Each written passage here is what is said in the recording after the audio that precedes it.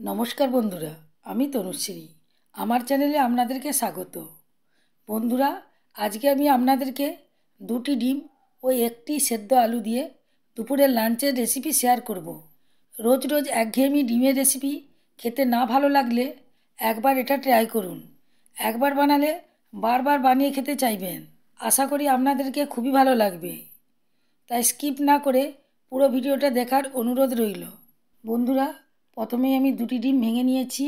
আপনারা এর থেকে বেশি ডিম দিয়েও করতে পারেন, তবে আমি এখানে দুটি ডিম দিয়ে করছি। একটি সেদ্ধ আলুকে এখানে গ্রেট করে নিচ্ছি। আপনারা ম্যাশারের সাহায্যেও ম্যাশ করে নিতে পারেন। সেদ্ধ আলুটা গ্রেট করা হয়ে গেছে। এবার আমি এখানে পেঁয়াজ কুচি দিয়ে দিচ্ছি। পেঁয়াজগুলোকে সরু সরু করে লম্বা করে কেটে নিয়েছি। এবার দিয়ে দিচ্ছি কাঁচা লঙ্কা কুচানো। যে যেমন ঝাল খাবেন সেই অনুযায়ী লঙ্কাটা দেবেন। দিয়ে দিচ্ছি পরিমাণ মতো নুন। এবার দিয়ে দিচ্ছি ধনিয়া গুঁড়ো, সামান্য লঙ্কা গুঁড়ো। যেহেতু আমি কাঁচা লঙ্কাটা আগে দিয়েছিলাম, তাই লঙ্কা গুঁড়োটা বুঝে দেবেন। এবার এটাকে ভালোভাবে ফেটে নিচ্ছি। বন্ধুরা, একটু সময় নিয়ে ভালোভাবে ফেটে নিতে হবে, যাতে আলুটা ডিমের সাথে খুব ভালোভাবে মিশে যায়। ফেটানো হয়ে গেছে। এবার একটা প্যান বসিয়েছি। প্যানের মধ্যে দিয়ে দিচ্ছি সামান্য সরষের তেল। তেলটা গরম হয়ে গেলে আমি চারিদিকে বুলিয়ে দিচ্ছি। বুলানো হয়ে গেছে।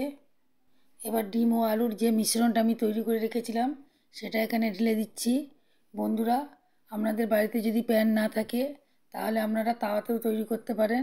এবার এটাকে লো ফ্লেমে ঢাকা দিয়ে রেখে দিচ্ছি 2 মিনিটের জন্য। দেখুন বন্ধুরা, 2 মিনিট পর ডিমের উপরটা অনেকটা শুকিয়ে গেছে এবং আগের থেকে ডিমটা অনেকটা ফুলে গেছে। এবার প্লেটটাকে ঢাকা দিয়ে প্যানটাকে উল্টে দিচ্ছি। এর ফলে এটা সহজে ভেঙে যাবে না। দেখুন দেখতে কতটা সুন্দর লাগছে। এবার প্যানের মধ্যে আবার সামান্য তেল দিয়ে দিচ্ছি। তেলটা গরম হয়ে যেতে চারদিকে বুলিয়ে দিয়েছি। এবার ডিমটাকে এইভাবে এখানে দিয়ে দিয়েছি। আবার এটাকে লো ফ্লেমে 2 মিনিটের জন্য ঢাকা দিয়ে রেখে দিচ্ছি। বন্ধুরা, এটাকে লো ফ্লেমে ভাজতে হবে, নইলে ভিতরটা কাঁচা রয়ে যাবে, ওপরটা তাড়াতাড়ি লাল হয়ে যাবে। এটা ভাজা হয়ে গেছে। একটা প্লেটের মধ্যে উঠিয়ে দিচ্ছি। এটাকে একটু ঠান্ডা করে নেব। এবার একটু ঠান্ডা করে এটাকে চাকুর সাহায্যে কেটে নিচ্ছি। আমি এখানে চৌকো চৌকো করে কাটছি। আপনারা আপনাদের পছন্দ অনুযায়ী শেপ দিতে পারেন। দেখুন ডিমটা কত সুন্দর হয়েছে। আমি এটাকে একটু মোটা করেই তৈরি করেছি।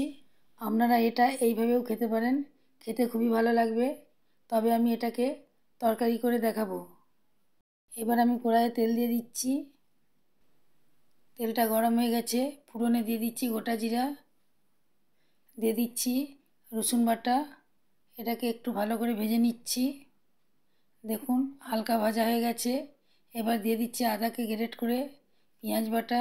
সব উপকরণগুলিকে আমি একসাথে ভালোভাবে ভেজে নিয়েছি। এবার দিয়ে দিচ্ছি টমেটো কুচো। এবার এটাকেও ভালো করে আমি রান্না করে নিচ্ছি।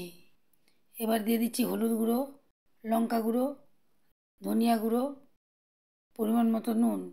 এবার মশলাগুলোকে ভালোভাবে কষে নিচ্ছি যতক্ষণ না এর কাঁচা গন্ধটা চলে যায়। এইভাবে নাড়তে নাড়তে দেখুন টমেটোটা একবারে গলে গেছে এবং এর কাঁচা গন্ধটা চলে গেছে। চারিদিক দিয়ে সুন্দর তেল বেরিয়েছে। এবার সামান্য পরিমাণে জল দিয়ে দিয়েছি। এতে খুব বেশি জল দেওয়ার দরকার নেই, তবে যে যেমন গ্রেভি খাবেন সেই রকম পরিমাণে জল দেবেন। দেখুন গ্রেভিটা ফুটতে শুরু করে দিয়েছে। এবার ভেজে রাখা ডিমের ধোকাগুলি এর মধ্যে ছেড়ে দিচ্ছি। একটা একটা করে সব ধোকাগুলি এর মধ্যে দিয়ে দেব। সবগুলি দেওয়া হয়ে গেছে।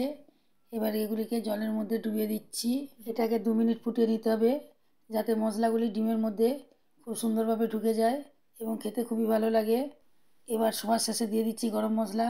গরম মশলা দিলে এই ডিমের কারিটার দ্বিগুণ স্বাদ বেড়ে যায়। এটাকে আমি ভালোভাবে মিশে নিচ্ছি। বন্ধুরা, সম্পূর্ণভাবে ডিমের কারিটা আমার তৈরি হয়ে গেল। একটা প্লেটের মধ্যে সার্ভ করে দিচ্ছি। দেখুন দেখতে কতটা সুন্দর লাগছে, খেতে খুবই লোভনীয় হয়েছে। আপনারা বানিয়ে একবার অবশ্যই খাবেন। একবার বানালে পরিবারের সবাই বারবার বানিয়ে খাওয়ানোর জন্য আপনাকে আবদার করবে। আশা করি আজকের নতুন ধরনের ডিমের রেসিপি আপনাদেরকে খুবই ভালো লেগেছে। তাহলে লাইক দিতে ভুলবেন না। এই রকম নতুন নতুন রেসিপি পাওয়ার জন্য আমার চ্যানেলকে অবশ্যই সাবস্ক্রাইব করবেন এবং বন্ধুদের মধ্যে প্রচুর প্রচুর শেয়ার করবেন।